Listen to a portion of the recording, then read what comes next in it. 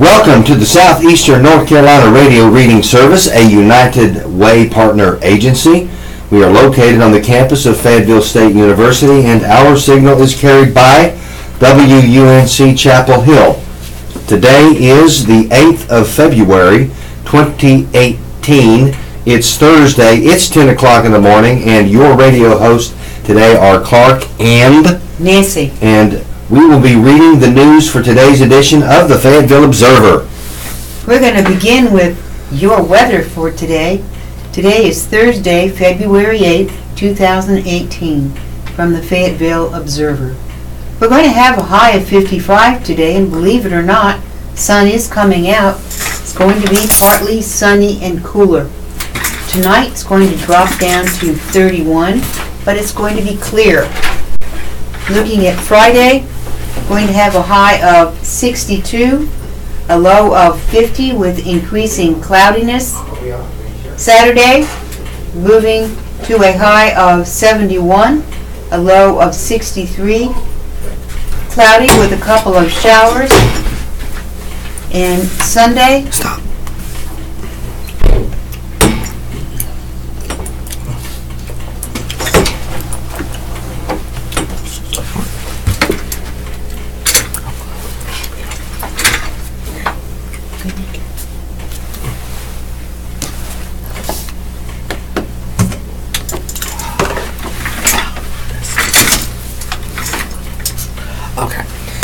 Welcome to the Southeastern North Carolina Radio Reading Service, a United Way partner agency. We are located on the campus of Fayeville State University, and our signal is carried by WUNC Chapel Hill. Today is the 8th of February, 2018. It's Thursday. It's 10 o'clock in the morning, and your radio hosts today are Clark and Nancy. We will be reading the news for today's edition of the Fayeville Observer. We're going to begin with your weather for Thursday, February 8th. And believe it or not, the sun is coming out today to be a high of 55, partly sunny and cooler. Tonight we have a low of 31. It will be clear. Moving toward Friday, which is annual pizza day, in case you wanted to know. We're having a high of 62 and a low of 50. Increasing cloudiness. Moving to Saturday, it's going to be a high of 71, that's good, but it's going to be cloudy with a couple of showers and a low of 63. Moving to Sunday, we have a high of 73, a low of 52, warm with rain at times. And Monday, have a high of 63, a low of 45, a chance of a little morning rain. Moving to Tuesday, a high of 67, a low of 51, cloudy with showers.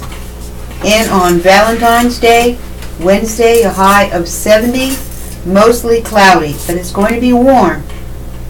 Alright, let's look at the sun and moon.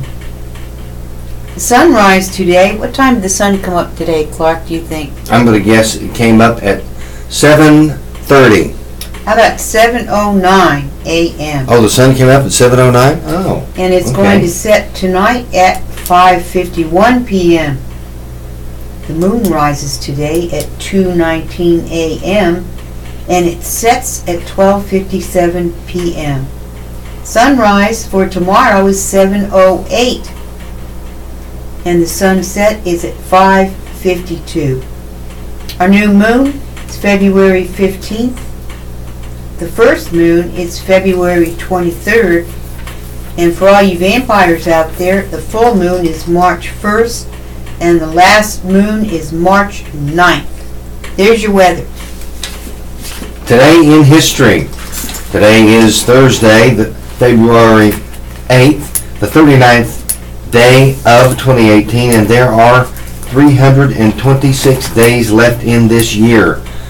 Today's highlights: on February 8, 1968, 3 college students were killed in a confrontation between demonstrators and highway patrolmen at South Carolina State University in Orangeburg in the wake of protests over a whites-only bowling alley.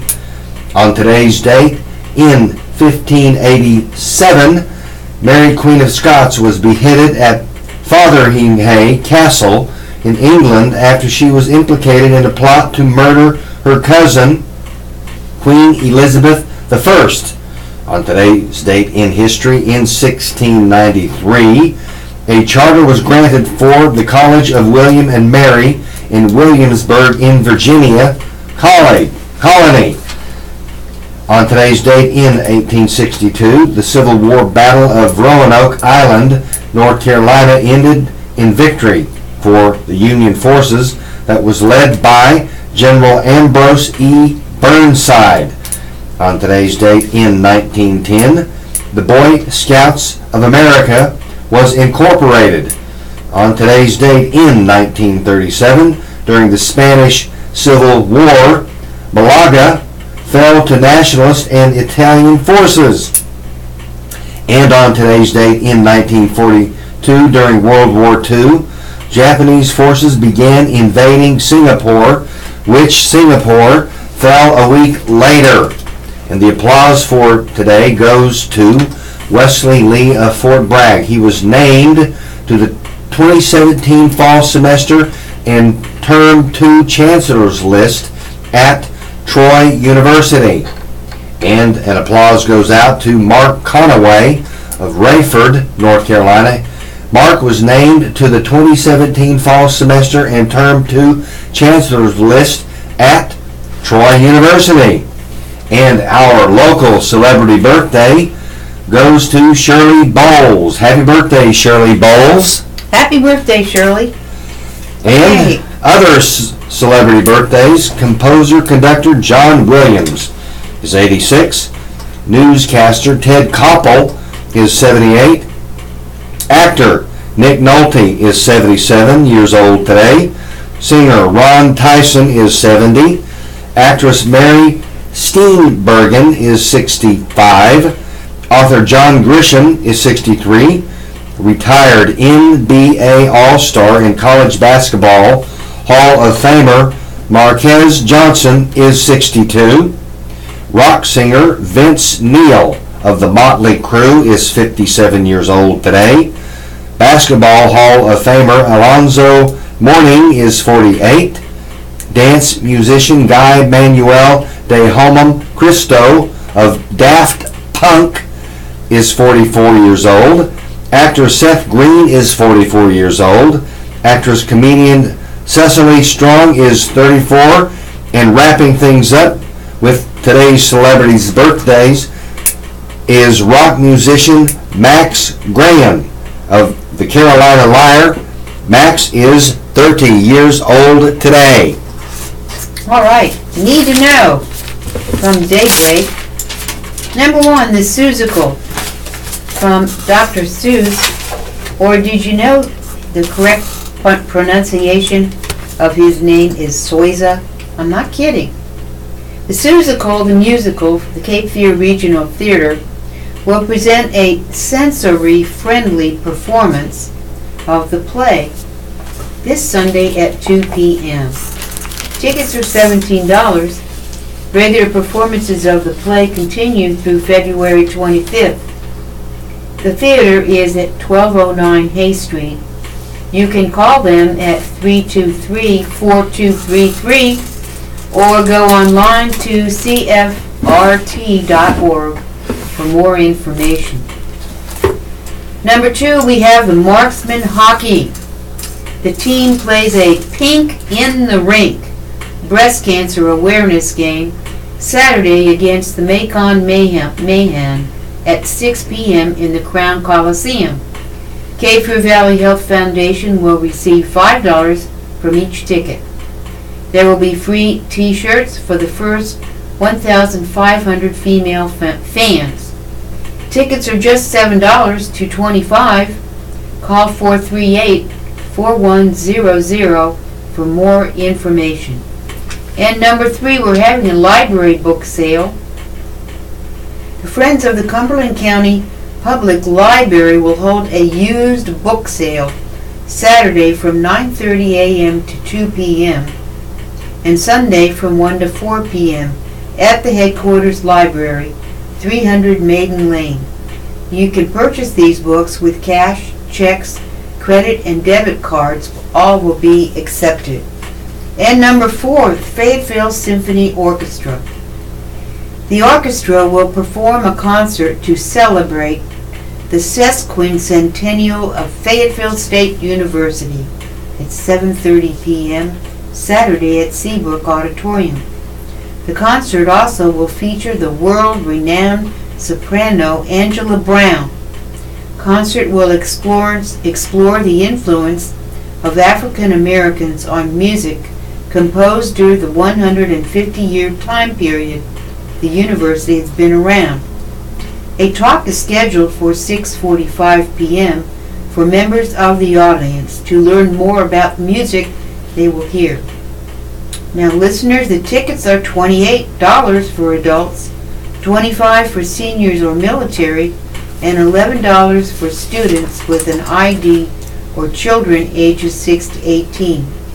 You can get your tickets online at FayettevilleSymphony.org.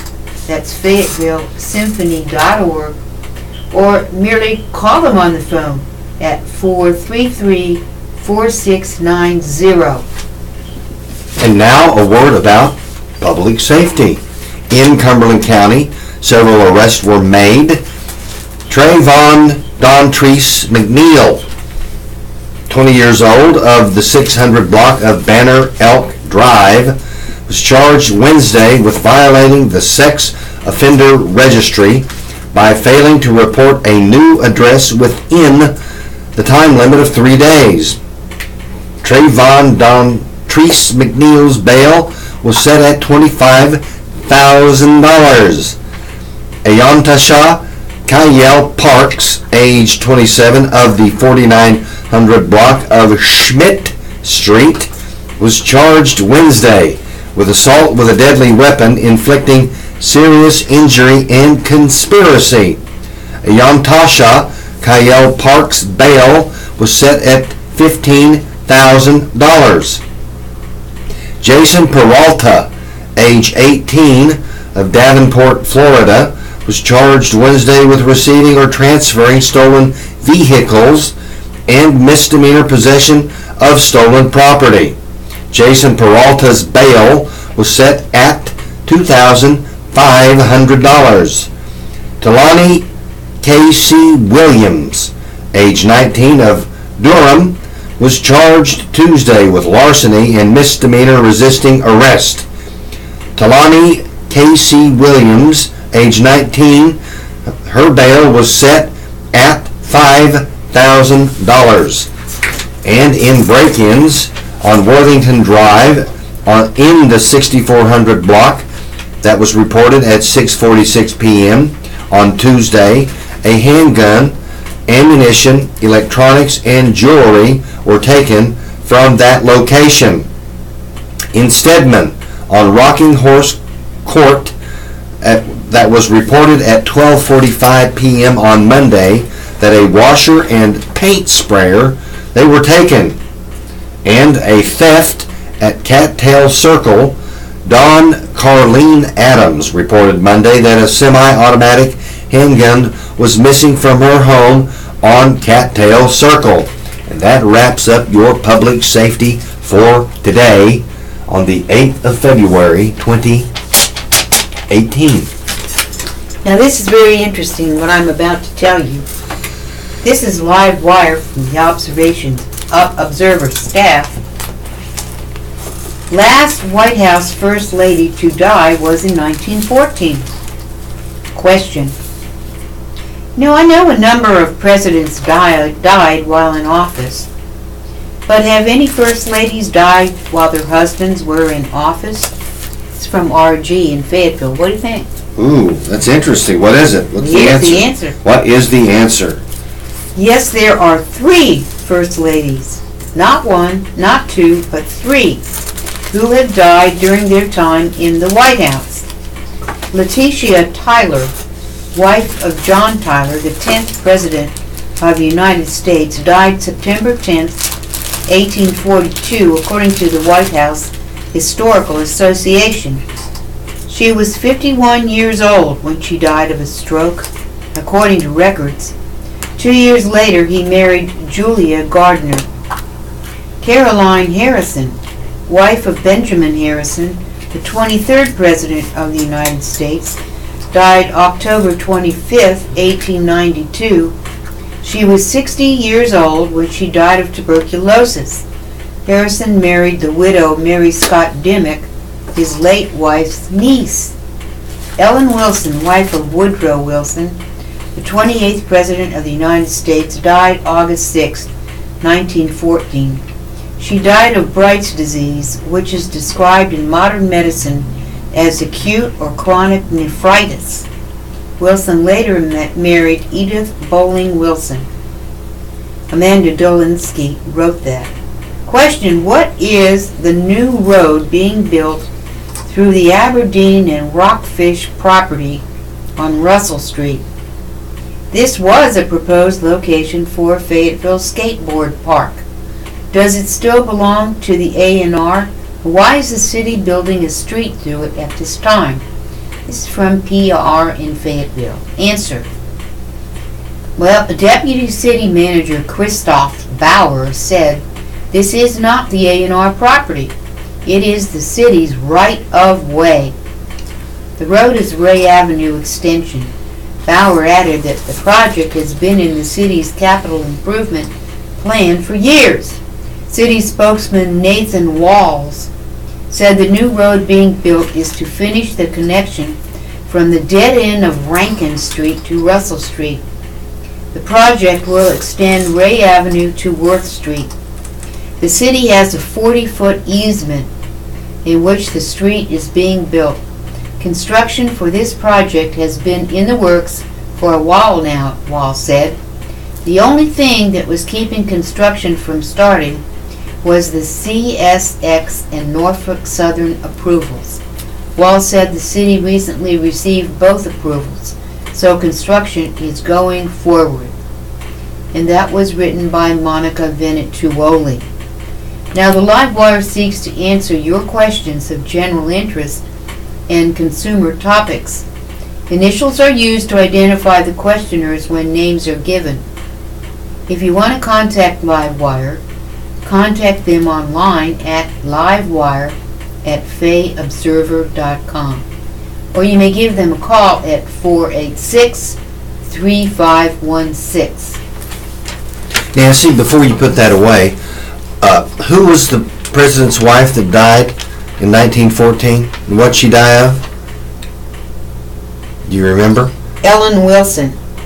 She was the 28th. He was the 28th president. She died on August 6th, 1914. She died of Bright's disease.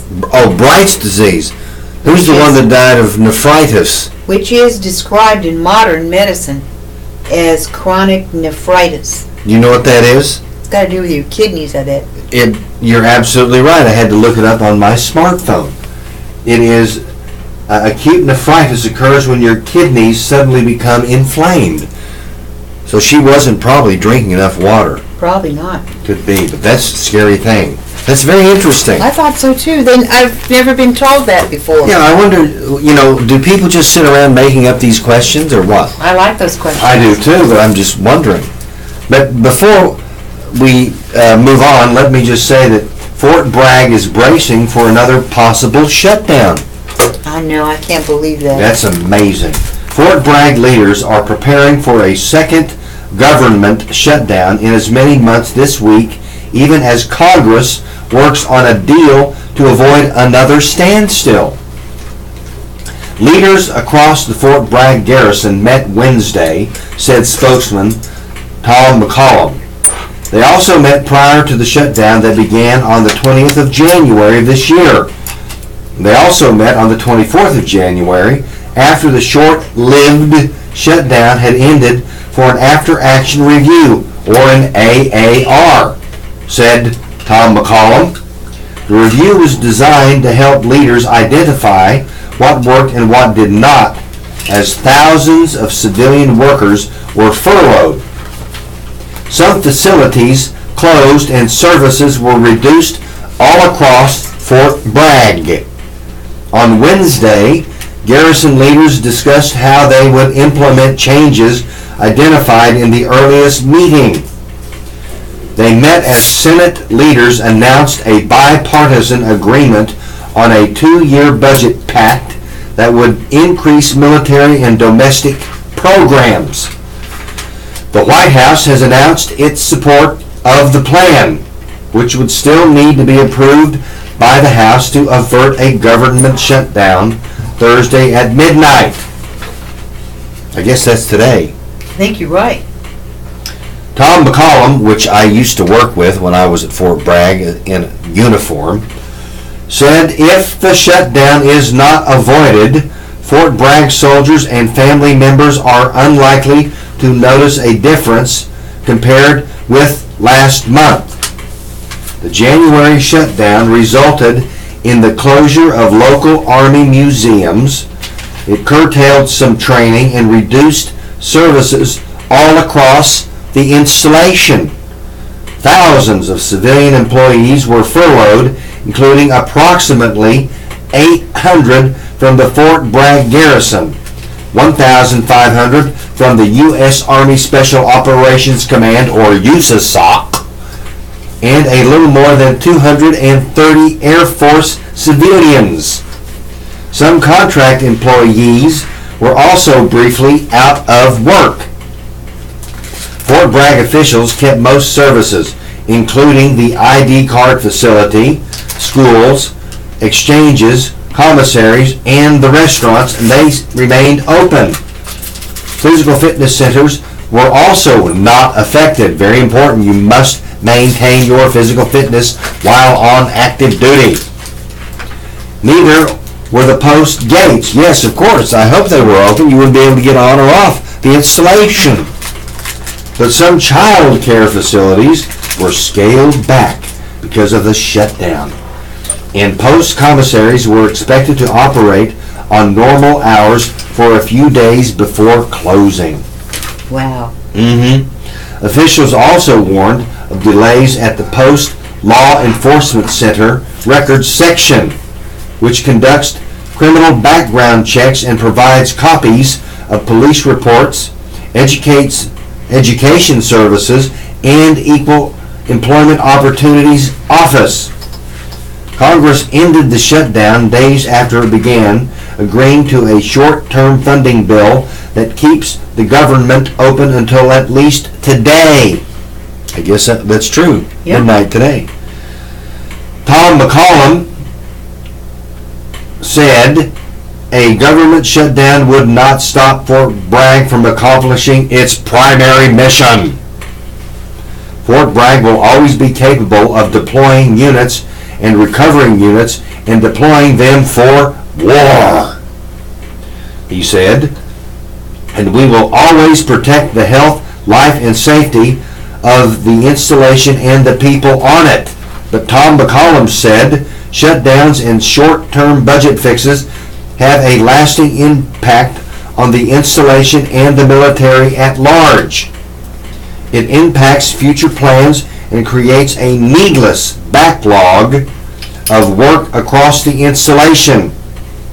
It is disrupting, said Tom McCollum, and the longer it takes place, the worse that it is going to be. If another shutdown does take place, said Tom McCollum,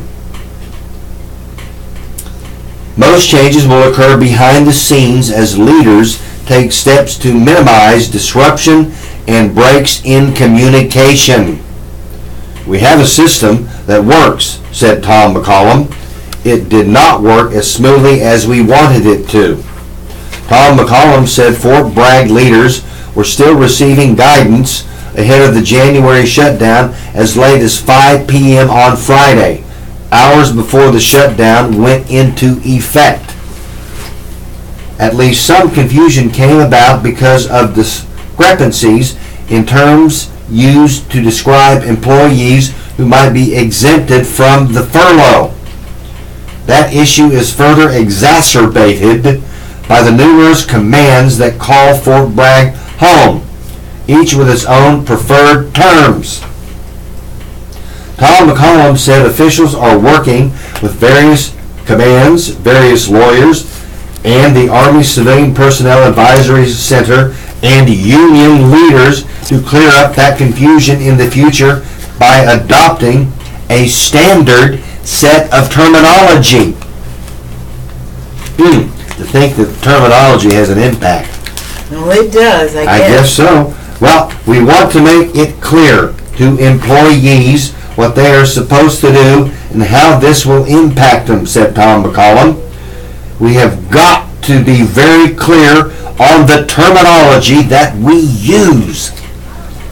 Ahead of this week's potential shutdown, Tom McCollum said supervisors have already begun to notify their civilian employees whether they will be subjected to the furlough.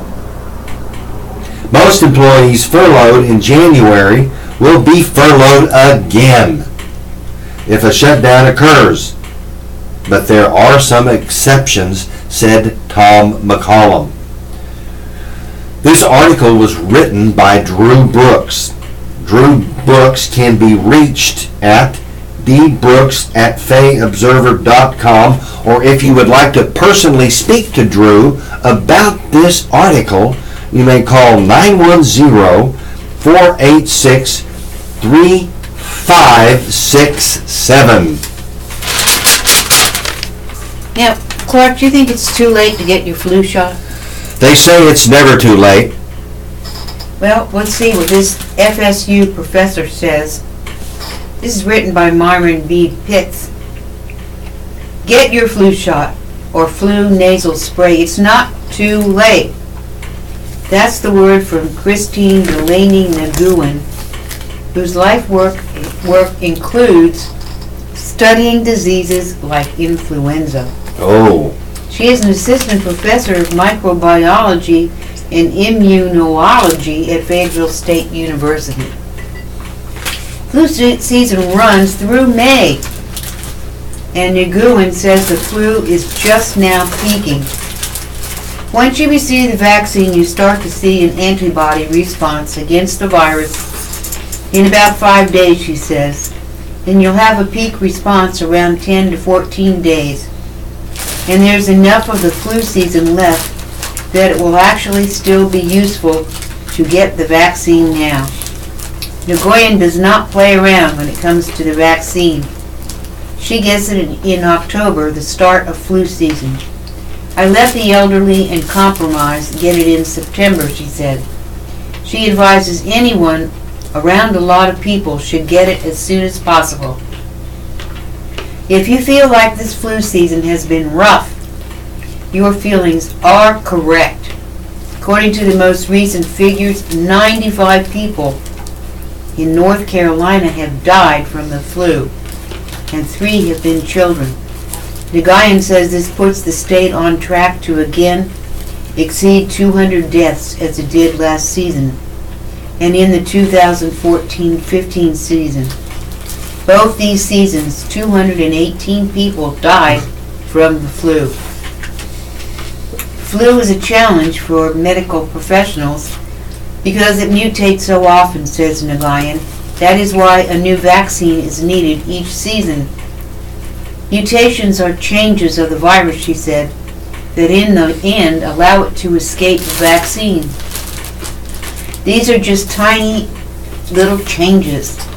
The mutations are becoming more frequent, she said. We've been seeing influenza get more severe in recent years, dating back to 2014. We're starting to see a strain that has a higher mutation rate than a typical influenza virus. The vaccine has not yet been as effective against a strain called H3N2 this season, she says. The strain is not new, but we've been seeing more of it lately, she says. The H3N2 strain is one reason that even some people who received a shot still got the flu. Figures show that 42% of the people who died in the state had been vaccinated. Surprising figure at first blush. But Nguyen cautions, that the numbers need context. She says for people over 60, the vaccine is less effective, and many of the people who die from the flu are older. She said it is also important to know if a person who died had been vaccinated shortly before contracting the illness. The vaccine may not have had time to go into full protection. She adds that the vaccine, even if it doesn't ward off the flu for a particular person, can still lessen the length and severity of the illness. Getting vaccinated also reduces the risk you will transmit it to family members, especially older people or those whose systems are already compromised. The country's preparation and control for the flu is basically a year-round endeavor. Nagayan says that in February, the Centers for Disease Control and Prevention gives pharmaceutical companies the list of strains for which vaccines are needed. From that time, the companies have about 7 months to develop and put into mass production the needed vaccines. The shot uses pieces of the flu virus, which stimulate antibodies in the blood to bind with the flu virus and then to neutralize it. The spray uses a weakened form of the live virus. Which of the two is more effective on any given year depends on several factors. Nagayan is asked if there will one day be a vaccine that knocks out influenza forever.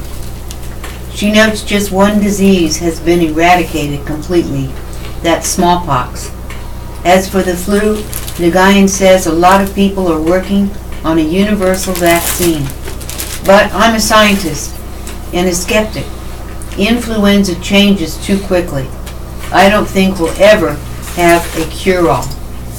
Now, columnist Myron B. Pitts can be reached at mpitts@fayobserver.com, or you can call Myron at 486-3559.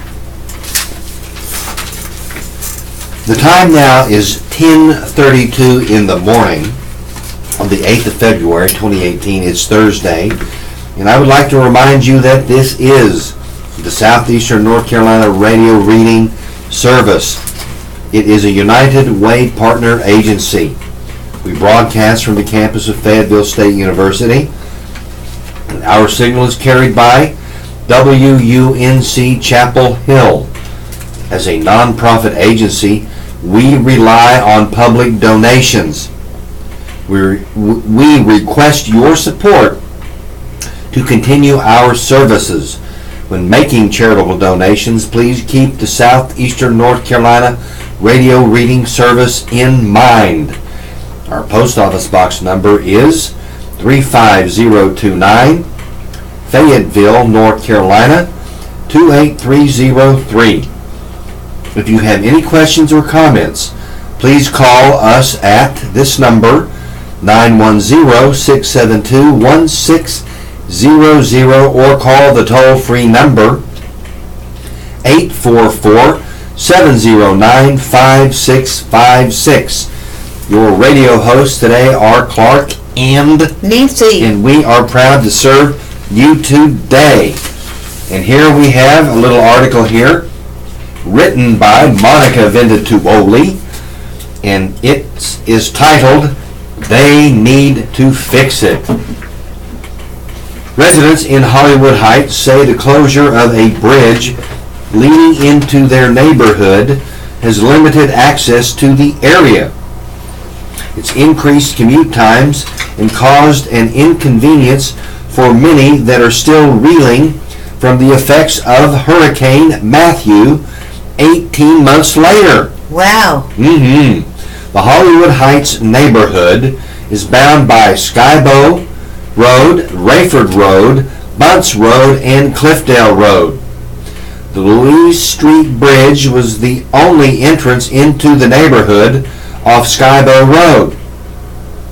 The city closed the bridge in January as a precautionary measure after one of two annual inspections found an unexpected level of deterioration. And that means residents can only get into the area via Cliffdale Road. The neighborhood is not accessible via Bunts Road or Rayford Road. The residents are expected to get an update on the bridge work during a meeting with city officials tonight. People will get a timeline at the meeting, said City Councilman Larry Wright, who represents Hollywood Heights. It will have to be torn down and then rebuilt. While the bridge has been deemed unsafe for vehicles, city officials said it is safe for pedestrians. A new release from the city said the bridge has been on the city's replacement list for several years. They should have fixed it years ago, longtime resident Johnny Bennett said. It's bad, it's terrible, and it is inconvenient. He said his brother recently got lost when he came to visit him. Other residents say the bridge closure has increased their commute times significantly. Ashley McLean said the bridge closure has impacted her family's schedule. It is an inconvenience now that the kids' bus comes earlier, said Ashley McLean, and it is a mess. Lamar Bethea said the change has added 5 or 6 miles to his commute to work, which has resulted in him having to leave earlier and pay a little extra for gasoline. They need to fix it, said Lamar Bethea. He added that he feels the city needs to clean the creek that runs along Louise Street to stop future flooding of the bridge and that area in general. He added that he feels the city needs to clean that creek. The city said in a news release that prior bridge inspections, including those that came after Hurricane Matthew, came back with safe findings. Dorothy Crumpler Thomas said her frustrations with the bridge closure are compounded by the fact that many of her neighbors had been unable to move back into their homes since Hurricane Matthew. Wow. Yeah. The October 2016 storm poured 1.5 feet of rain on some parts of the city, and it caused extensive flooding. And Hollywood Heights was hit especially hard by Hurricane Matthew. Remember, we drove through it. We saw. Well, we didn't drive through it. We just kind of drove around it and saw that mess. Most homes on Louise Street on the edge of the creek flooded. Well, if we ever buy another house, we won't buy a house near a creek, that's for sure. Nope. More than half a dozen houses on the street remained empty. Many of those homes are boarded up and look abandoned. It makes me want to cry seeing my neighbors not there, said Crumpler. It's horrible. Wright said he will also give an update on Hurricane Matthew relief efforts at this meeting tonight. He said he's been calling state and federal officials to get updates on when relief funding will get to the residents. Wright also invited state representatives to the meeting, which is scheduled for 7 p.m. at the Hollywood Heights Community Center on Pritchett Road. I have contacted all of them, said Wright. The hurricane damage, it is heartbreaking for me, and many of the victims are senior citizens on a limited fixed budget. If you would like to speak to Monica Ventituoli, the person that wrote the staff writer that wrote this article, you may call her and speak at length to her about this at 910-486-3596. Now we're going to talk about the school calendar. This makes so very much sense, these changes. Steve Devane is the staff writer. And being a retired teacher, this is wonderful. I hope it passes through. School panel considers calendar changes. Now, the associate superintendent who oversees testing in Cumberland County schools thinks that test scores might go up if students take exams before they leave for Christmas break. Ron Phipps, Associate Superintendent for Evaluation and Testing, talked to the school board's curriculum committee on Tuesday about how next year's calendar could be adjusted so the exams would be finished before the students get out for holidays December 20th. I believe you'll see an increase in test scores, he said. Lee Spruill, principal at Cape Fear High School, said high school principals want the first semester to end before Christmas break. When the semester continues in January, the students have a long break before they are tested on information they learned before they left in December. The end-of-course tests account for 20% of the students' grades, Spruill said. That's not really fair to them, he said. The changes also might allow schools to provide remediation and retests in January to students who do poorly on the exams in December, Phipps said. Spruill said the current schedule doesn't give schools that option. He said the remediation and retests will help some students. There's a chance you might have had a bad day, he said. The plan calls for lengthening the school day by 20 minutes a day, allowing the school system to meet the state requirement that school years be either 1,025 hours or 185 days.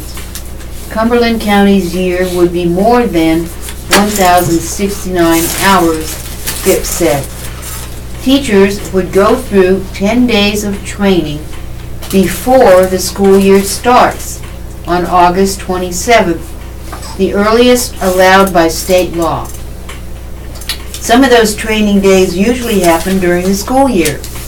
The state decides the earliest beginning day and last ending day for the school year. Lawmakers decided to start setting those dates after tourism officials complained that the school year was cutting into prime vacation times. In addition to the potential increase in test scores, the changes also give high students a break between semesters, Spruill said. The proposal also would help athletes who want to enroll in college early and align the school's schedule more closely with Fayeville Technical Community College, he said. I haven't talked to a principal yet who isn't for it, he said. Now you can reach staff writer Steve Devane at sdevane@fayobserver.com or give Steve a call at 486-3572. I would like to remind everyone from the last article that I read in reference to the Hollywood Heights residents that are frustrated by the bridge closure. Let me just remind you that there is a community meeting. A meeting on the Louise Street Bridge closure and Hurricane Matthew relief efforts for Hollywood Heights is scheduled for today at 7 p.m. So get out your pencils and write this down if you live there. It's at 7 p.m. today at the Hollywood Heights Community Center on Pritchett Road. The residents who are unable to attend can watch it live on City Councilman Larry Wright's Facebook page at facebook.com/profile. So look for Larry Wright on Facebook and you can watch this meeting if you have a Facebook account. And now we have a little jeer from the Cheers and Jeers section. And I think I might be able to relate to this particular jeer. Here it is, a jeer for shopping center traffic plan. Jeers to the planners behind the traffic flow in the Freedom Parkway Shopping Center, where Sprouts is located. Evidently, the concept of a choke point is not clear to them. People trying to reach the shops must cross the parking access road against traffic that is bogged down, dodging other pedestrians trying to cross the street. Getting in and out of the shopping center is going to be a trial of nerves and patience. And this jeer was written by Leon Goldstein of Fayetteville. Send us your cheers or jeers. If you want to share praise for an individual or a business, you can do that. Or if you want to vent about a bad experience, you can do that also. Just submit your cheer or jeer to cheersandjeers@fayobserver.com. Or if you don't want to do that, you may call that cheer and jeer department at 910-486-3590. And make sure you make it clear that you want to submit a cheer or jeer. And with this, you must include your full name, your hometown, and your phone number. And you must limit, if you're going to submit one, to either way, either by online or a phone call, you have to limit it to 125 words. To correct or cancel your submission, you must call 910-609-0651 if you've lost your nerve to submit a jeer. Cheers and jeers are published as the space permits. Now, Clark, do you think we have too many guns in people's hands in the United States of America? We don't have enough guns. Okay. The question Trump failed to answer. This is written by Leonard Pitts, Jr. This is about a question Donald Trump failed to answer. Granted, there are a lot of those, but this was a particularly tough one. Indeed, it was likely more difficult in its way than anything Abel Ryan or Lester Holt had ever asked him. But then there were only adults. Ava Rose Olson is 7 years old. As anyone who is experienced with human beings of that age can attest, no one asked more pointed questions. And the one she posed in a letter to Trump last August was a whopper. "I hate guns," she explained in her little girl's scrawl. "One ruined my life and took my best friend. I don't want that to ever happen again. Are you going to keep kids safe? How can you keep us safe?" the little girl asked. The best friend she refers to is, or was, 6-year-old Jacob Hall, who was shot in September 2016 on the playground of Townville Elementary School in South Carolina. Police say his assailant was a 14-year-old boy who took his father's handgun from a nightstand, shot the man in the head, then drove to the school and opened fire, screaming, "I hate my life." 2 others were also hit but survived. Jacob suffered massive blood loss and died 3 days later. He was buried in a Batman costume. He loved superheroes. And Ava loved Jacob. In fact, she had already told her mother that someday she was going to marry him. She was on that playground the day he was shot. What she saw traumatized her. In the days and weeks afterward, Ava took to pulling out her eyelashes and hitting herself. She clawed at her own skin, and she began repeating the shooter's words. "I hate my life," she said. A doctor diagnosed Ava with post-traumatic stress disorder, and her parents took her out of Townville Elementary. She's homeschooled now. Think of that. This is now a country where even a 7-year-old has PTSD. We are indebted to the Washington Post for its reportage on all this. This week, it published the letter Trump sent Ava just before Christmas. In it, he praised her bravery, offered his prayers, and said the safety of children is his goal as president. That's pretty cool that he did that. Yeah, it is. I'm serious. He said a lot of things, but he didn't answer a question. Didn't say how he would keep her safe. Ava noticed. Last month she sent a follow-up. In it, she thanked Trump for his prayers and offered some security ideas of her own. One was to move the schools to a safer area. Another was to have people around to make sure that nobody can hurt us. Still another was to build school campuses in circular shapes with playgrounds in the middle, inaccessible from the street. That's a good idea. Somehow, she pleaded, help people to understand what happens to kids like me who have seen and heard what happens when a gun hurts someone. In his State of the Union speech, Trump made a point of shouting out to the Second Amendment. He made no mention of the kids, 135,000 according to a post-analysis, who have experienced school shootings since the 1999 Columbine massacre. Already this year, there have been at least 6 such incidents resulting in injury or death.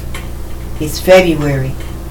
In a nation awash with guns where conservative orthodoxy holds that even the most modest effort to restrain this American carnage runs afoul of the sacred second. Ava cuts through the political babble with the directness of a child. How can you keep us safe? How indeed? Trump sought to deflect her fears with platitudes, but this little girl asked a serious question. She deserves a serious answer. We all do. Now, Leonard Pitts Jr. was the winner of the 2004 Pulitzer Prize for commentary, and he's a columnist for the Miami Herald at 3511 Northwest 91st Avenue in Doral, Florida, zip code 33172. And you may write to Leonard via the email at lpitts@miamiherald.com. And now we have a letter to the Observer. And here's the title, Letter. They are still here illegally.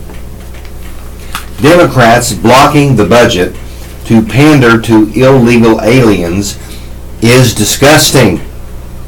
DACA, Deferred Action for Childhood Arrivals, granted blanket relief from deportation to hundreds of thousands of illegal alien children, most brought by illegal alien parents. Violating federal law and the U.S. Constitution, President Obama's program was an affront to Congress, who had already rejected legislation to grant amnesty on countless occasions.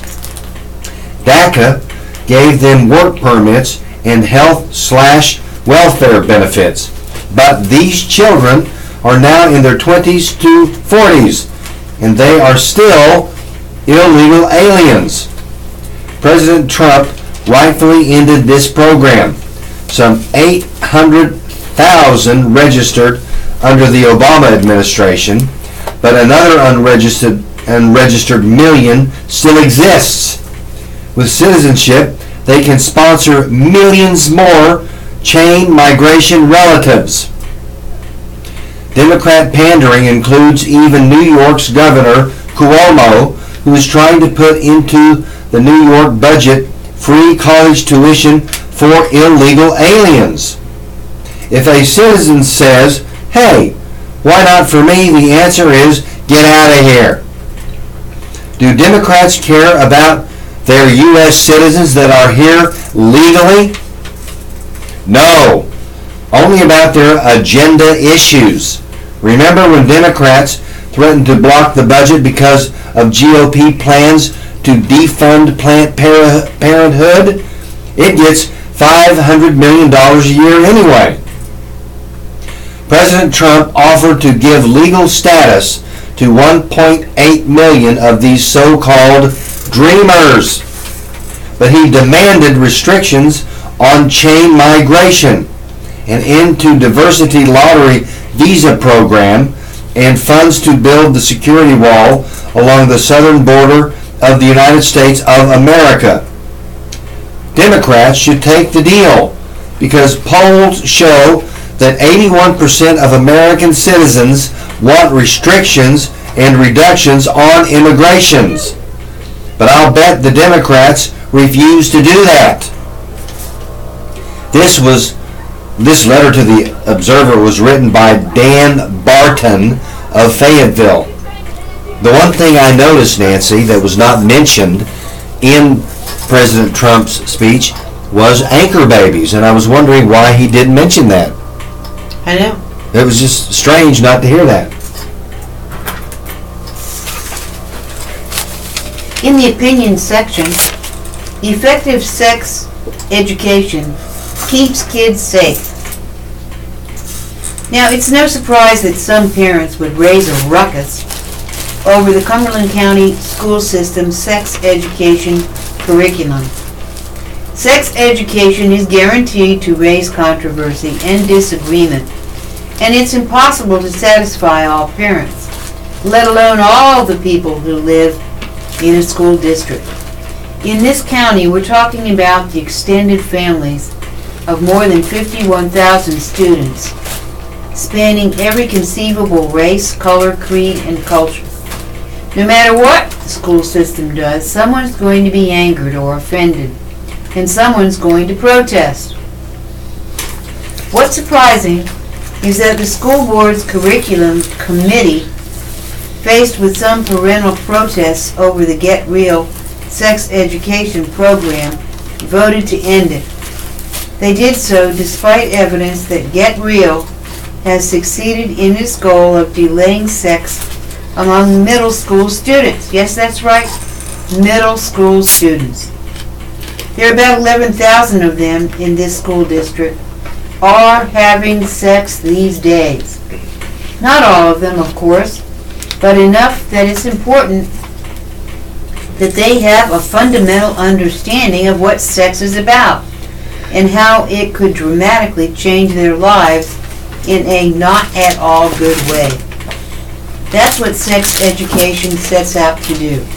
It also tries to empower kids to say no. But Get Real isn't an abstinence-only kind of program. It's pragmatic and recognizes that not all of our children will avoid sex until adulthood, let alone until marriage. And like all sex education programs, it recognizes another important reality. Some parents never talk to their kids about sex, or at least tell them everything they need to know. Some parents duck the talk altogether, and as several studies show, as many as half of all parents talk with their kids after the kids have already become sexually active. One protester outside the school board's meeting Tuesday put his objections this way. If this is going to be talked about, it should be between parents and their kids. Well, yes, it should, but that's not today's reality. In too many families, it's not between parents and their kids. In too many families, kids are learning about sex from their peers or from their porn videos readily available through any smartphone. That's not the kind of education they need.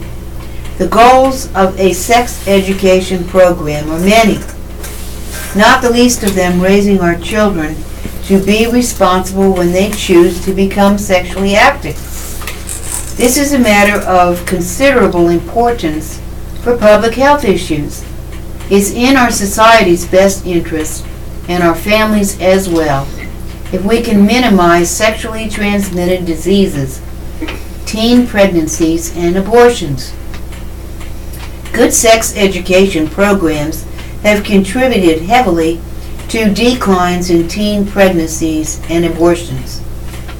Across North Carolina, teen pregnancies ages 10 to 19, that's right, ages 10 to 19, have dropped from more than 26,000 in 1988 to just 9,390 in 2016.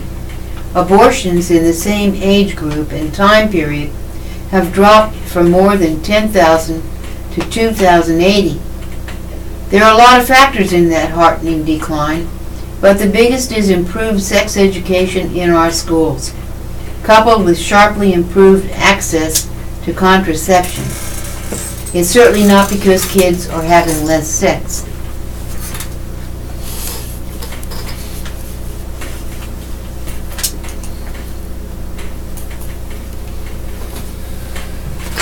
The time now is 11 o'clock in the morning on the 8th of February, 2017. It's Thursday, and I would like to remind you at the top of the hour that this is the Southeastern North Carolina Radio Reading Service. It is a United Way partner agency.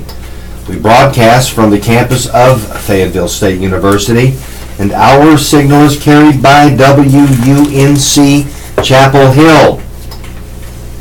As a nonprofit agency, we rely on public donations, and we request your support to continue our services. When making charitable donations, please keep the Southeastern North Carolina Radio Reading Service in mind. Our post office box number is 35029, Fayetteville, North Carolina 28303. If you have any questions or comments, please call us at 910-672-1600 or call that toll-free number 844-709-5656. Your radio hosts today are Clark and Nancy. And we are proud to serve you today. The obituaries in news, starting with the death notices. The following deaths have been reported. See the upcoming editions of the Fayeville Observer for complete obituary information. In Cumberland County, Priscilla Crow Goodwin, age 79 of Fayetteville, Rogers and Breeze Funeral Home.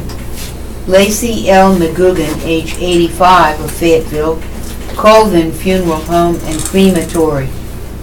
Michael Germain Lorenzo Smalls, age 45 of Fayetteville, Wiseman Mortuary. Woodrow Patterson, 82 of Parkton, Wiseman Mortuary. Linda S. Dickerson, age 69 of Fayetteville, Lafayette Funeral Home. Daniel Washington, age 68 of Fayetteville, Wiseman Mortuary. The Cape Fear region, Stanley Hank Goins, age 90 of Spring Lake, Adcock Funeral Home and Crematory, Spring Lake. Mary Jane Hunt from Dunn, age 75 of Laurinburg, Richard Bowles Funeral Service. Jeffrey Strong, 58 of Raleigh, formerly of Laurinburg, Richard Bowles Funeral Service. Larson Locklear, age 74 of Rowland, Locklear and Son Funeral Home. Helen L. Lowry, age 53 of St. Paul's, Bowles St. Paul's Funeral Home. And our funerals today: Grant, U.S. Army retired Command Sergeant Major Alfred, 89 of Fayetteville, 12 p.m. Sullivan Highland Funeral Service. Burial will be at Lafayette Memorial Park, Sullivan Highland Funeral Service and Crematory. Vaughn, U.S. Army Master Sergeant retired Clyde, 76 of Fayetteville, 2 p.m. the Northview Baptist Church. Burial Sandhill State Veterans Cemetery, Sullivan's Highland Funeral Service and Crematory. Cornegay, retired Army Sergeant First Class, Richard Sr., 71 of Fayetteville, 11:30 a.m. Cape Fear Conference B Headquarters. Burial Sandhill State Veterans Cemetery, Wiseman Mortuary. Whitley Malloy, 81 of Rayford, 2 p.m. Buffalo Springs Baptist Church, Rayford. Burial Buffalo Springs Church Cemetery in Rayford. Purcell Funeral Home, Southern Pines. Holland Thelma, age 81 of Fayetteville, 11 a.m. First Baptist Church. Burial will be the Rockfish Memorial Park, Herring Funeral Care and Cremations. Gregory Thelma, 78 of Autryville, 2 p.m. Butler Funeral Home. Burial Fayetteville Memorial Cemetery, Butler Funeral Home in Roseboro. Fan Royce, 83 of Roseboro, 2 p.m. Piney Green Missionary Baptist Church. Burial will be at Butler Funeral Home, Roseboro. Footman, Miss Juanita, 93 of St. Paul's. 12 p.m. Pleasant View Baptist Church. Burial, Johnson Funeral Services. Miles James, 73 of Fayetteville. 12 p.m. Holy Mission Church. Burial, Cumberland Memorial Gardens, Wiseman Mortuary. Campbell Elmer, age 67 of Fayetteville. 1 p.m. Chapel Burial. Simon Temple Church Ceremony. Hearing Funeral Care and Cremations. McNell Diana, 67 of Rose Hill. 1 p.m. Way of the Cross Ministries. Burial, Pickett Johnson Cemetery, Carter Funeral Home, Garland. And in Cumberland County, George Otis Hudson. George Otis Hudson, age 82, died Monday. Rogers and Brees Funeral Home. Miguel Angel Rivera, age 61 of Fayetteville, died Friday, February 2nd, 2018. Reeves Funeral Home. William R. Perkins, Fayetteville, age 80, died February 3rd, 2018 at Cadre Valley Medical Center.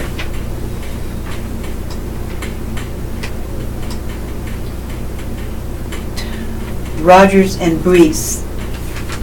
Thelma J. Gregory, Autryville. Miss Thelma Joyce Gregory, age 78, 184 Madeline Lane, passed away Monday, February 5th, 2018, at her home.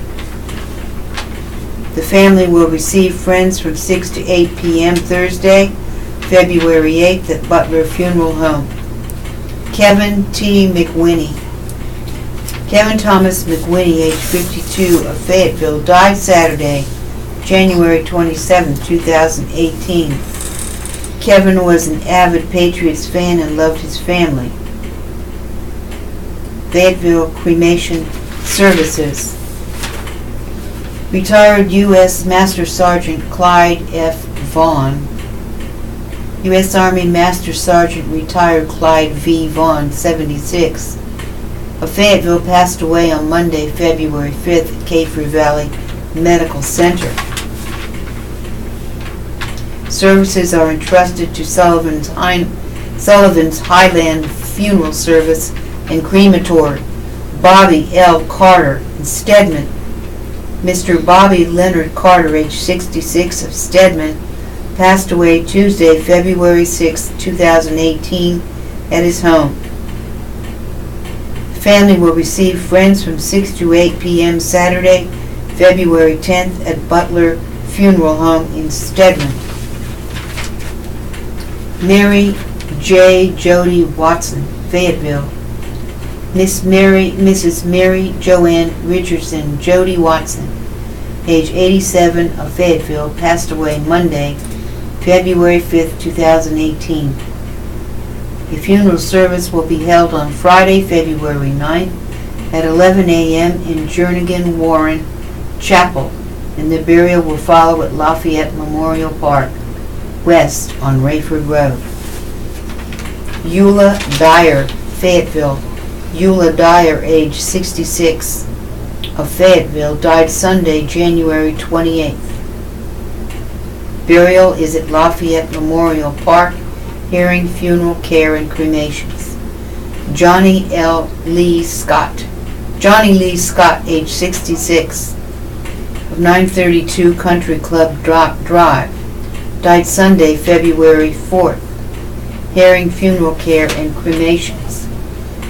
James Freddie Hobson, Fayetteville. James Freddie Hobson, age 67, of Fayetteville, died Wednesday. Jernigan Warren Funeral Home. Naomi B. Hedgepeth, Fayetteville.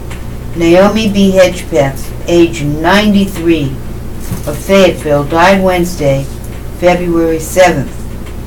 Gravesite is Saturday, 11 a.m., Lafayette Memorial Park. Visitation following the gravesite at Cemetery, Jernigan Warren Funeral Home. And obituaries in the region and elsewhere.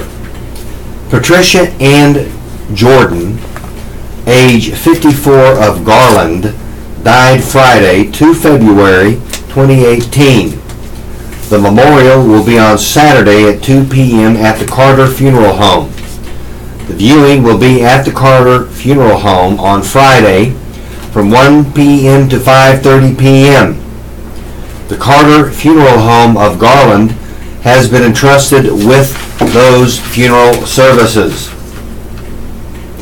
Lila Marlene Deal Limley of Granite Falls passed away Tuesday, 6 February 2018 at her residence.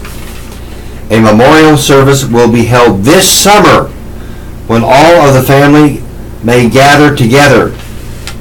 The Bass Smith Granite is serving the family of Lila Marlene Deal Limley.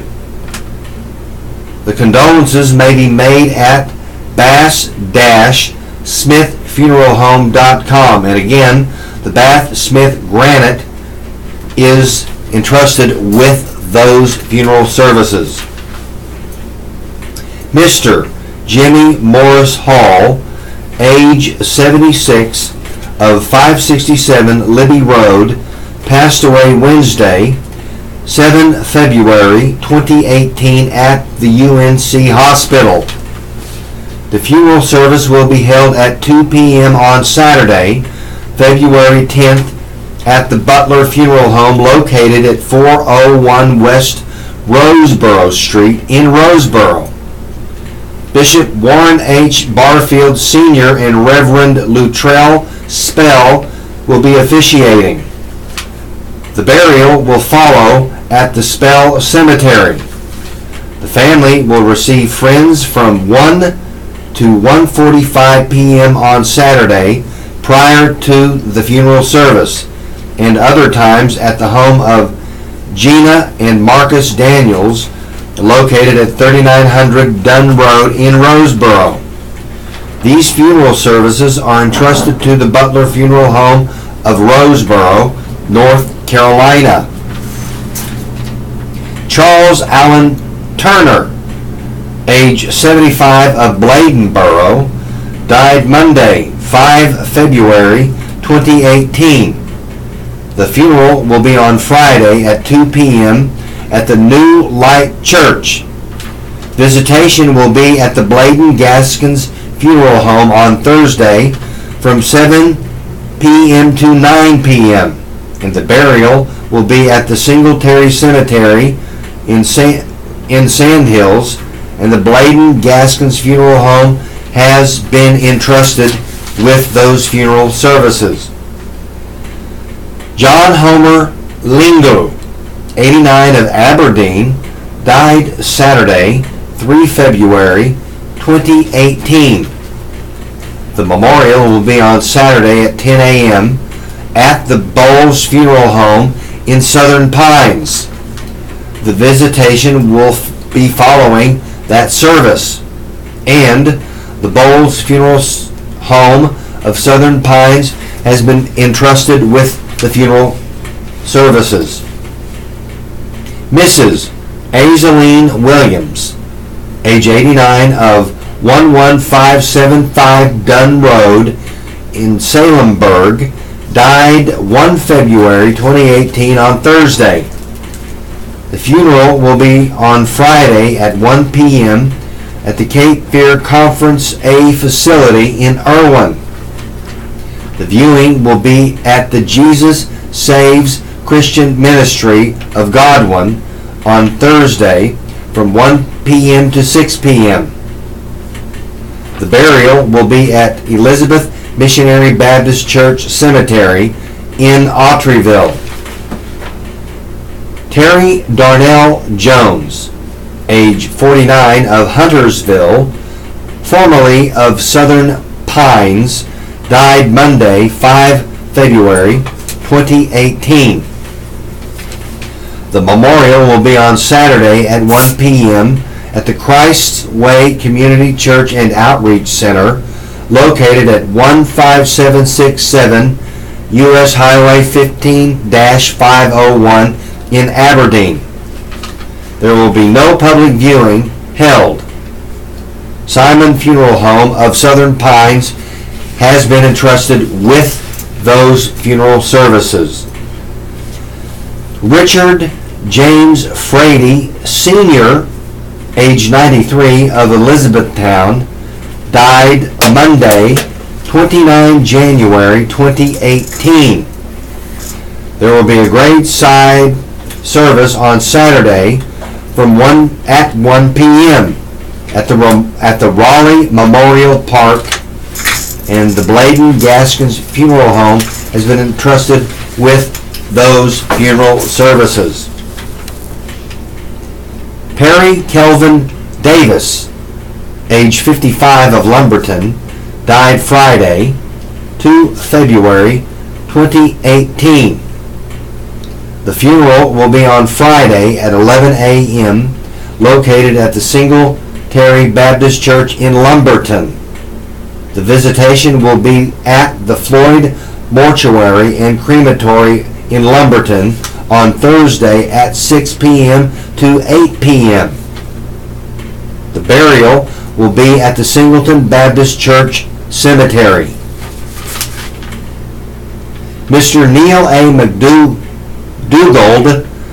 that's Mr. Neil A. McDougald, age 64, of 42 Solus Lane in Bunlevel, died Thursday, 1 February 2018. The memorial will be on Sunday at 2 p.m. The Dafford Funeral Home Chapel is where the memorial will be held. The viewing will be at the Dafford Funeral Home Chapel in Dunn on Sunday from 1 to 2 p.m. The Dafford Funeral Home of Dunn has been entrusted with those services. Donnie Lee Williams, age 60, of Laurenburg, died Tuesday, 6 February 2018. The memorial will be on Friday at 7 p.m. at the Richard Bowles Funeral Service Chapel.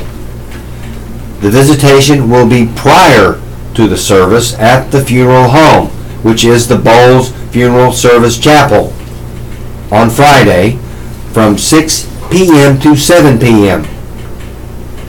The Richard Bowles Funeral Service has been entrusted with the funeral. Robert Bell of New York died Sunday, 28 January 2018. There will be a graveside service on Friday at 11 a.m. at the Daisy Harris Memorial Park located in Hope Mills. The burial will be at the Daisy Harris Memorial Park. Cunningham and Sons Mortuary has been entrusted with those funeral services. Lula Mae McCoy, age 83, of 516 Booker T. Washington Road in Clarkton, died Friday, 2 February 2018. The funeral will be on Saturday at noon at the Pleasant Hill Baptist Church located at 426 Booker T. Washington Road in Clarkton. The viewing will be at the F.W. Newton and Sons Mortuary located at 403 Martin Street in Elizabethtown on Friday from 2 p.m. to 7 p.m. The burial will be at the Clarkton Community Cemetery, and F.W. Newton and Sons Mortuary has been entrusted with those funeral services. And finally, at the bottom of the obituary page is a small ad stating that in loving memory of Marcia Hewitt, 13 May 1951 to 8 February 2015. It states that, "I love and I miss you," signed your loving sister, Linda Williams. And this concludes the obituaries for Thursday, 8 February 2018. Let's go to our friend Billy Graham. And Billy Graham says, God is the healthiest role model of all. Question, when I hear people refer to God as our Heavenly Father, I get really uptight. My father was very abusive. And if that's what God is like, I don't want anything to do with him. You'll probably say God isn't like this, but how do you know? From KS. Answer. No, God isn't like this, not at all. God is our perfect and loving Heavenly Father, and His every thought and action toward us is motivated by His love. The Bible says God is love. We love because He first loved us. From the first book of John, chapter 4, verses 16 and 19. I'm sorry your father wasn't the kind of person he should have been. I know this may have scarred you emotionally and even filled you with anger or bitterness, which can be like poisons to your soul if you aren't careful. I'm concerned too that since he wasn't a healthy role model, you may have a hard time being the kind of father your children need. I pray that this won't be the case, but you should be alert to the dangers. The Bible says, fathers, do not embitter your children. From the book of Colossians, chapter 3, verse 21. How do I know God isn't like this?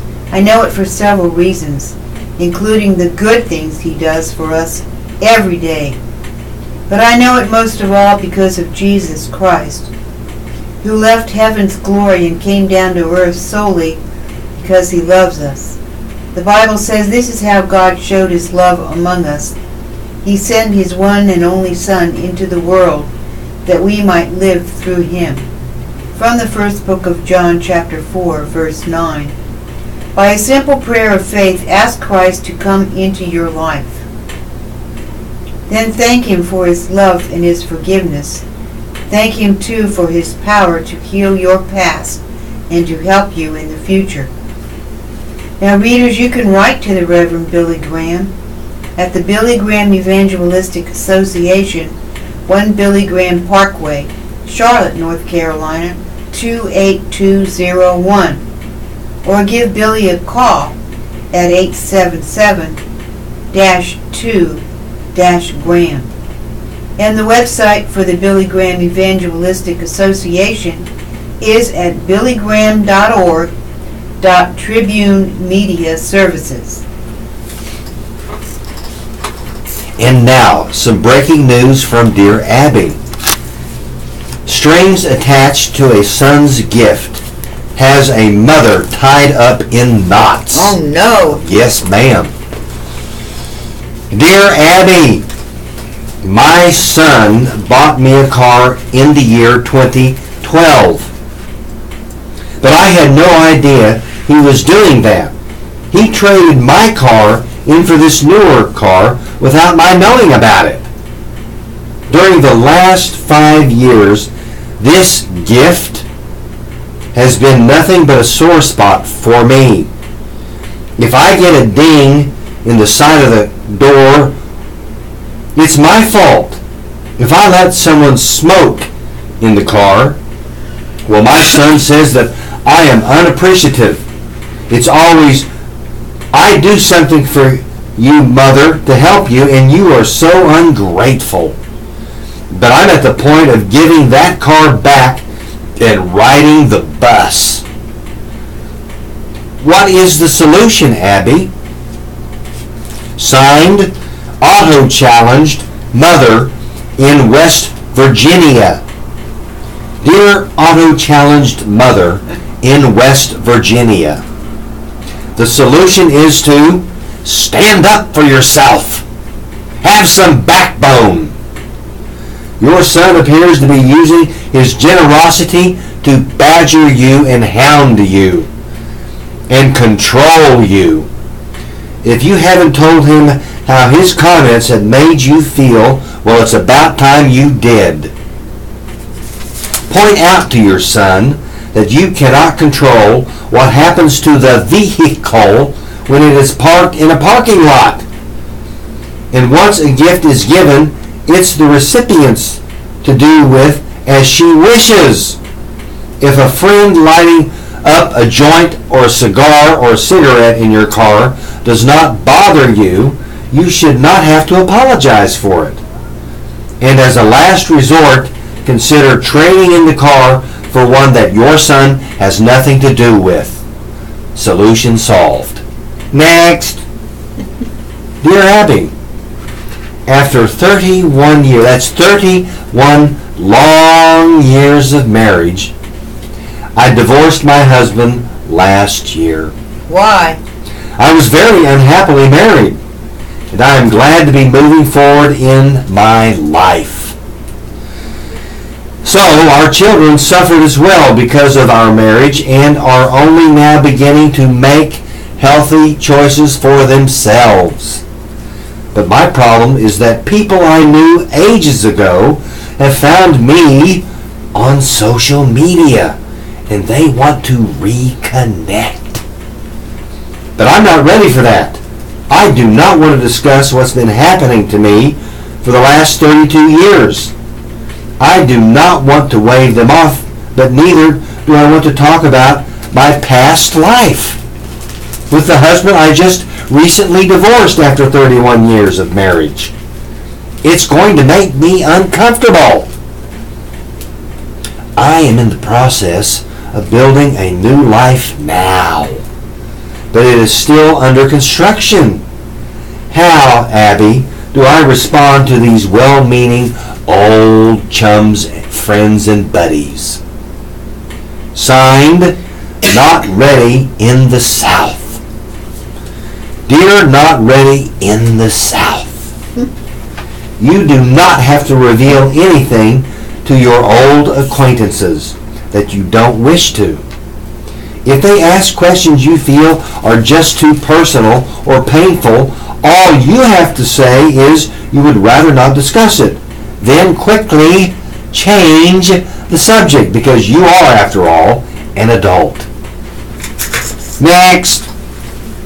Dear Abby, my husband tosses and turns, snores, whistles, flatulates, talks in his sleep, and sings in his sleep. In short, I cannot get my sleep when we're in the same bed together. My husband insists that I sleep with him because if I don't, it would create a rift in our marriage.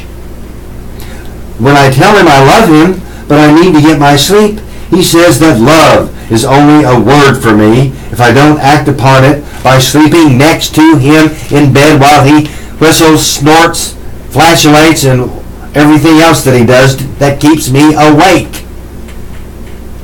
And Abby, it has gotten so bad that I am thinking of leaving him. Do you have any advice for me, Abby, before I make any decisions? Signed, Only a Word in Ohio.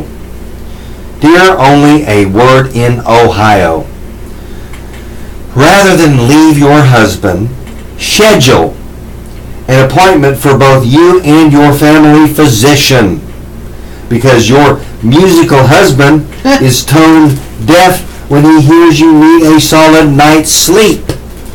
Let the doctors impress upon him, your husband, that it is important for you to get sleep and it's good for your mental and physical health. Many happily married couples sleep in separate beds, just like on the TV's series from the old days of the 50s. And sometimes they even sleep in separate rooms. And They have great relationships both in and out of their bed. When there are sleep problems, sleeping apart is not just a matter of rejection, it is more common sense. Readers, you may write Abby at dearabby.com, Post Office Box 69440, Los Angeles, California 90069. Wow. Let's go to the horoscope today by Stella Wilder, Thursday, February 8th, 2018. Now, if you're born today, you are often found mixing and mingling with movers and shakers, for you are attracted to powerful people and those who seem to be everything you want to be. Truth is, you spend a bit too much time wishing to be something or someone that you're not. You would benefit greatly from coming to terms with your makeup in order to maximize your self-esteem and increase your influence on the world around you. Aquarius, January 20th to February 18th. Aquarius, now is no time to fall back into old habits just because doing something a new way is more difficult than expected. Stay the course. Pisces, February 19th to March 20th. You may be chosen to accompany someone on a journey that offers far more than anyone could have described. A dramatic change may result. Aries, March 21st to April 19th. You may have been badly beaten by a certain someone in the past, but today things are different and you're likely to have an advantage at last. Taurus, April 20th to May 20th. A trip down memory lane pays off in a way that you couldn't possibly have expected. Someone from your past pays you an unexpected tribute. Gemini, May 21st to June 20th. Jimmy, you may want to hang back a bit today and let someone else take the lead, as you're not feeling as confident as you usually are. In Cancer, June 21st to July 22nd. Okay, Cancer, it's time for you to shift into a higher gear and really get going. Talk can only get you so far. Today, you've got to swing into action. Leo, July 23rd to August 22nd. Leo, you are preparing to make a change, but today you must consider the value of staying put just a little while longer. Not all is as it seems. Virgo, August 23rd to September 22nd. Virgo, you may surprise yourself today by jumping into something that you would at any other time work hard to avoid. This can surely pay off. Libra, September 23rd to October 22nd. You may observe things, Libra, that have escaped your notice in the past. What's different and why you do these things matters to you now, all of a sudden. And last, Scorpio. Scorpio, October 23rd to November 21st. Scorpio, it's time for you to take things seriously, not let someone else distract you from the task at hand. Much depends on your discipline today. By Stella Wilder. The time now is 11:34 in the morning. It's Thursday. It is the 8th of February, 2018, and I would like to say that this is the Southeastern North Carolina Radio Reading Service. It is a United Way partner agency. We broadcast from the campus of Fayeville State University, and our signal is carried by WUNC Chapel Hill. As a nonprofit agency, we rely on public donations. We request your support to continue our services. When making charitable donations, please keep the Southeastern North Carolina Radio Reading Service in mind.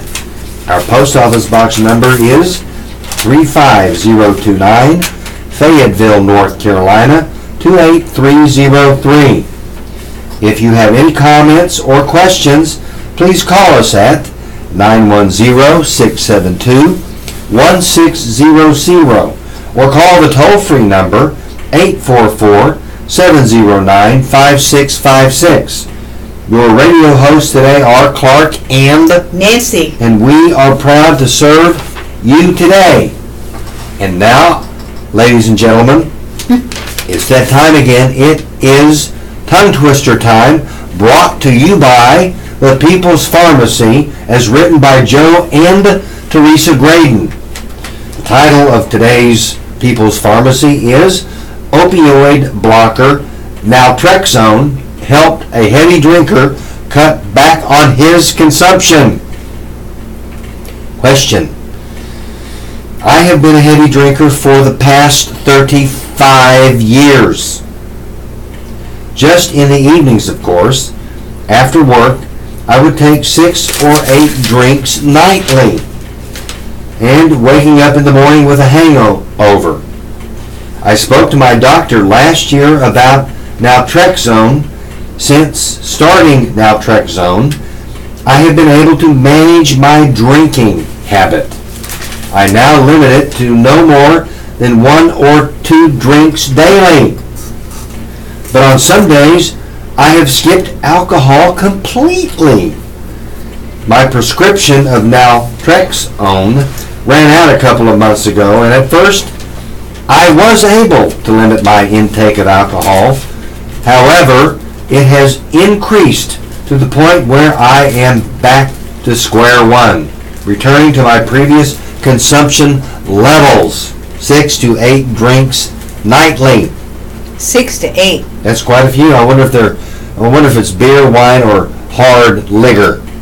No, that's a lot. Anyway, I will be seeing my doctor in a few days, and as much as I hate relying on a drug to help me, I will be asking for a renewal on the naltrexone prescription.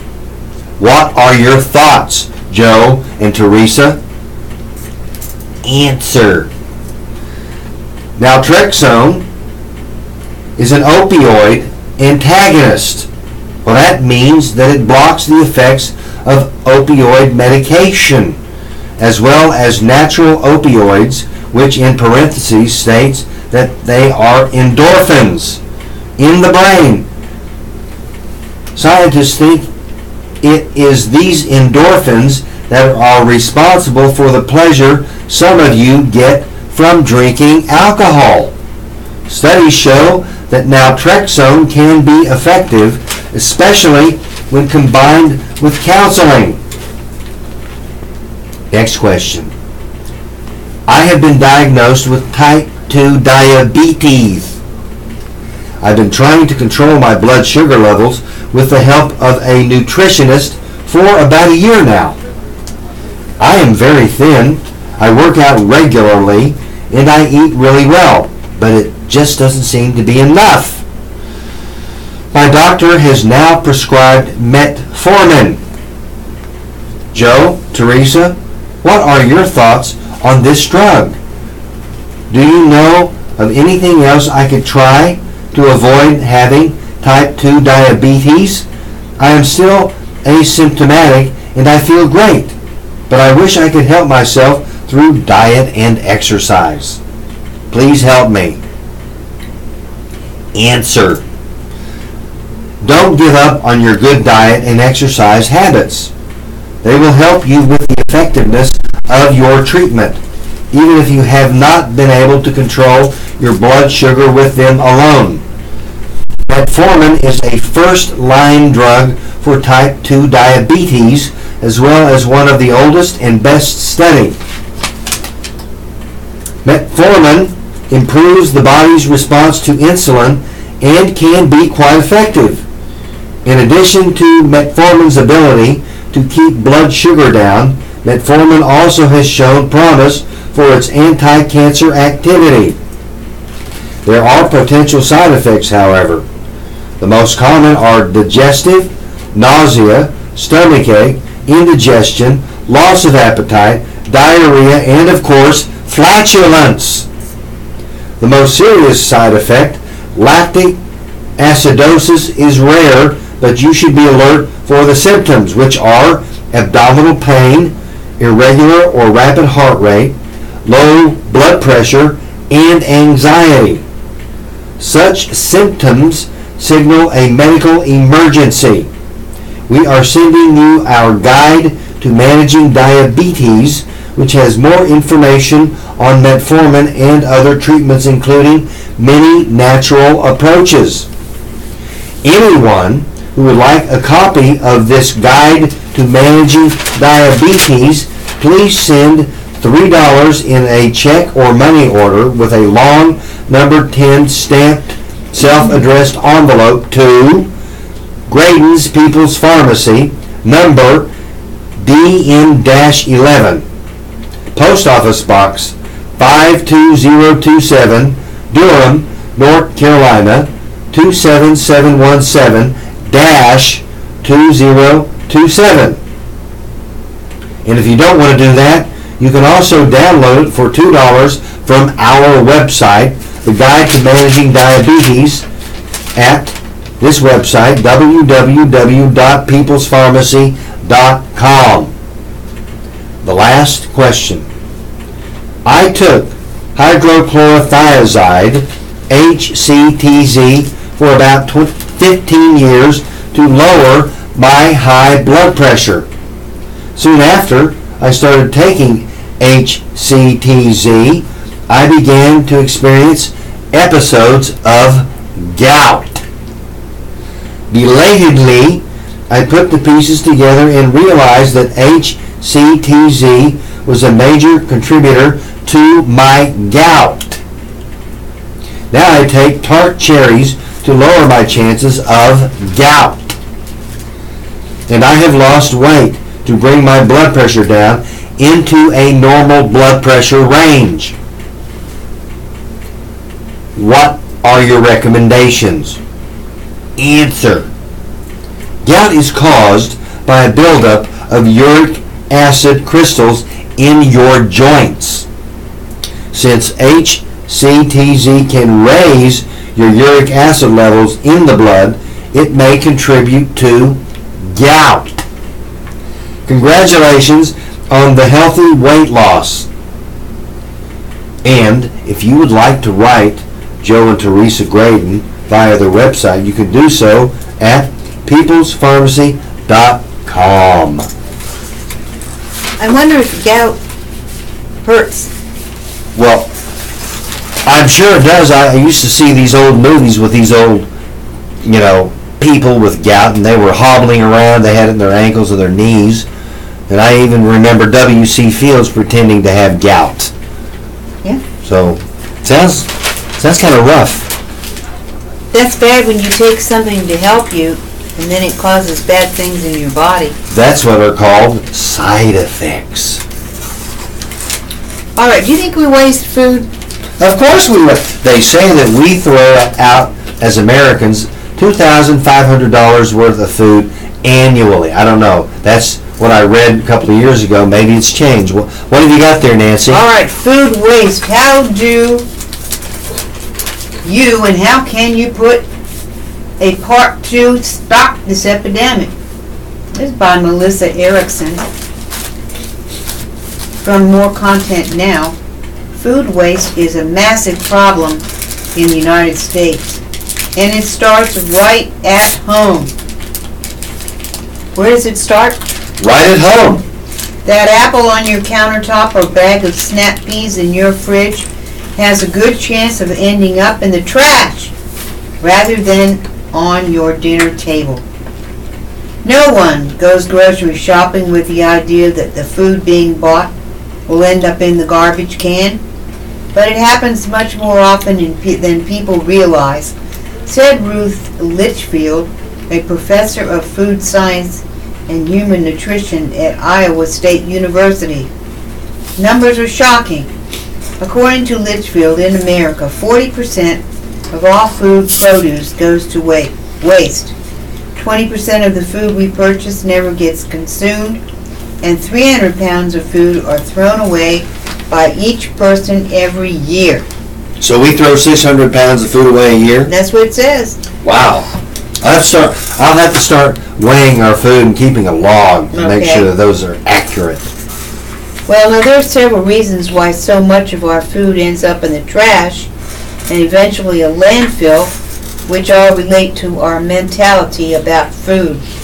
We need to move past the idea that more is better, Litchfield said. Our habits are feeding our tendencies to waste.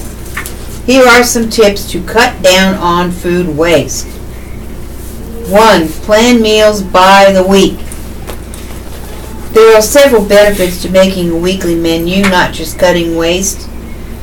If you know you're going to be out during the dinner hour or busy with other activities during the week, cut back on what you're buying at the store. Make meals using frozen or canned vegetables and other non-perishable items that you can use the following week if plans change. Find new uses for produce. Consider freezing or donating fresh produce that you're not going to eat before it starts to wilt or rot. Cut and package the fruits and veggies so that they're easy to pull out of the freezer and add to a smoothie or casserole. Take an inventory.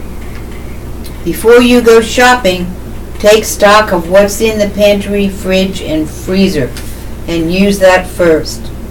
Composting. Some communities offer composting programs, Litchfield said. It's relatively easy to do on your own. Food converted to compost is waste diverted from the landfill, which contributes to greenhouse gas emission. Understand sell-by dates. Americans throw away 160 billion pounds of food that is fine to eat because of confusion over sell-by or best by labels, Litchfield said. The date that follows has nothing to do with the safety of the food. It's related to quality, she said. Infant formula is the only product in the United States required to have an expiration date. Sell-by dates help grocery stores manage inventory. Best by dates refer to optimal quality, she said. 90% of us throw away food too early, much in part due to the dates, which are related to quality, not safety. And control your portion sizes. We do this, don't we, Clark? We sure do. We changed the size of our plates. That's what it says. Use smaller plates. Is that what it says? Wow. And get a load of this. At restaurants, ask for a half portion or a split in order. That's what we do when we go to a restaurant. It's not because we're cheap. We always split the entree.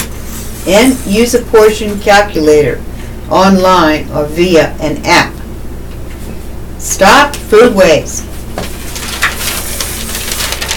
You know, and that's something that I'd like to say, that the other day, what did we have for breakfast? Do you remember what I made? I'm not sure. We had a smoothie. Oh, that was I made a very good. smoothie, and one of the reasons why I made the smoothie was because we bought, and you got to be careful. Yeah, you can't open the package up, but we bought some blueberries that were supposedly fresh, and when I opened the container up, they were all squishy, and and I thought, hey, what is this? And I didn't want to waste the food, so I made a smoothie out of that banana that looked rotten. That was, the peel had turned black. It was delicious. It was, but make a smoothie out of the stuff. I don't know if I want to put blueberries with, let's say, cucumbers and things like that. I don't think that would be very good, but I'm sure people have done that. And now North Carolina's Senate committee approves a Gen X bill. Raleigh. A Senate replacement bill addressing Gen X and other emerging contaminants took its first steps late Wednesday after being approved at a sometimes contentious committee hearing. Senator Michael Lee, a Republican from New Hanover, appeared before the Senate Committee on Agriculture, the Environment, and Natural Resources. Senator Michael Lee presented a substitute for House Bill 189, the short-term emerging contaminant measure sponsored by Representative Ted Davis, who is a Republican from New Hanover. They passed the House unanimously, and that bill passed the House unanimously last month before the Senate publicly announced it would not vote on House Bill 189 in reference to Gen X. Supporters such as Senator Michael Lee said the bill provides an immediate backstop in case federal support ceases, while also gathering information that could be used in a broader piece of legislation in the upcoming short session. Many Senate Democrats questioned whether the bill was accomplishing what it claimed to, and openly wondered Wednesday why it did not fund more staff at DEQ. This was a fix that was intended to be incremental and move forward if the EPA were to stop testing. When we come back into the short session, which, gosh, golly by darn, seems like next week, we do need to look at some kind of global solution on the permitting process, said Senator Michael Lee. If this bill is approved, it will provide $2.4 million from the general fund to the North Carolina Department of Environmental Quality in order for the agency to review its administration of this federal National Pollutant Discharge Elimination Systems program since the year 1975. The bill would also direct the North Carolina Policy Collaboratory at UNC Chapel Hill to coordinate use of mass spectrometers across the state if the Environmental Protection Agency is unable to continue testing for Gen X and other emerging contaminants. That would free up $2 million in previously allocated funds to do so. And it would waive requirements that require the collaboratory to identify matching funds. Senator Michael Lee, a Republican from New Hanover, also said he would not support a proposed amendment from Senator Erica Smith, a Democrat from Northampton County, that would have funded additional staff to the DEQ, and it would address a more than 40% backlog of NPDES permit renewals. Other Democrats who questioned the Other Democrats who questioned or outright opposed that bill included Senator Mike Woodward, a Democrat from Durham, and Senator Angela Bryant, also a Democrat from Rocky Mount, who said the bill calls for the DEQ staff to conduct busy work to the tune of $2.4 million. Your solution to help the DEQ or the Department of Environmental Quality is to fund somebody else, not to address the budget cuts they have already experienced and the backlog they already have, who added efforts to shift work to the UNC system that was weakened by the DEQ and the executive branch of the state. Andy Miller, the Department of Environmental Quality, the Director of Legislative and Governmental Affairs, said that after the meeting that the agency has concerns about this bill.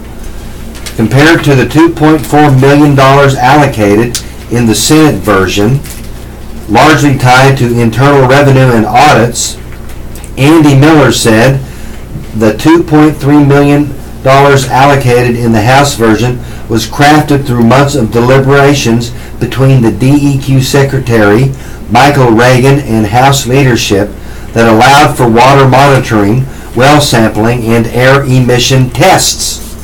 What we would ask for is flexibility in the $2.4 $1.4 million, not only to address those issues in the bill, but issues on the ground.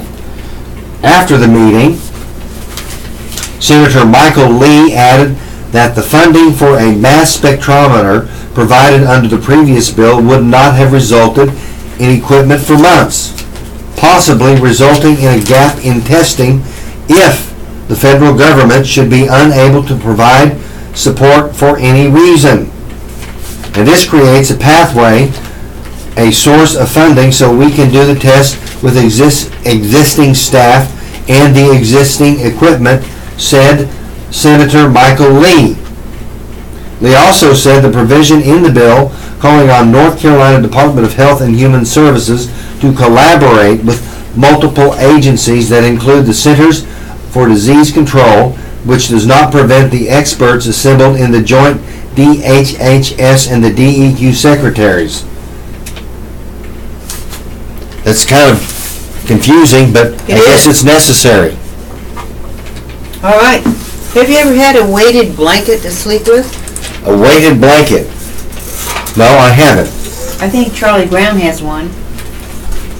While early American settlers piled on quilts out of necessity for warmth, the heavy blanket today is a psychological therapy for a host of disorders. A weighted blanket can alleviate your stress, anxiety, sleeplessness, and other restlessness struggles. In fact, the idea of a weighted blanket, which results in what is referred to as deep touch therapy or a swaddling effect calms, whether severely uptight due to pressures at work or agitated because of a more serious condition such as autism, spectrum, or sensory processing disorder. Okay, so what gives the blanket the weight? Non-toxic plastic pellets are the filling of choice. Brookstones, for example, has PBA and lead-free PET pellets. Blankets can be purchased at chain retailers such as Bed Bath & Beyond, from Amazon and other online stores, and specialty sites. Purchasing a weighted blanket can be pricey. Expect to pay close to $100 and up. However, some insurance plans cover the cost with a prescription from a physician. And now, the feds say a man claimed to be a general. A North Carolina man has been indicted on a charge of impersonating an Army general. Christian Gerald Desgro, age 57, of Raleigh, has been charged with pretending to be a member of the armed forces, according to the U.S. Attorney for the Eastern District of North Carolina. According to U.S. Attorney Robert J. Higdon Jr. and a criminal indictment, Desgro pretended to be an Army Lieutenant General transporting a person for a classified briefing on the 6th of November. And he used that guise to assert authority so that he could land a helicopter at the Statistical Analysis System in Cary. If Christian Gerald Desgro, age 57, of Raleigh, is convicted, he will face up to 3 years in prison, a $250,000 fine, and an unspecified term of a supervised release. The case is being investigated by the Department of Homeland Security and the Defense Criminal Investigative Service, said the officials. This concludes our broadcast of the Fayeville Observer. Your radio hosts today have been Clark and Nancy.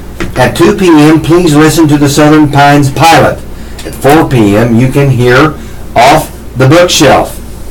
Additionally, you will hear a rebroadcast of today's Fayeville Observer tonight at 9 p.m. We will now join the Raleigh Network for additional news of interest. And as always, we thank you for tuning us in today. We've enjoyed being with you this morning, and we wish for you to have a wonderful and exciting February day.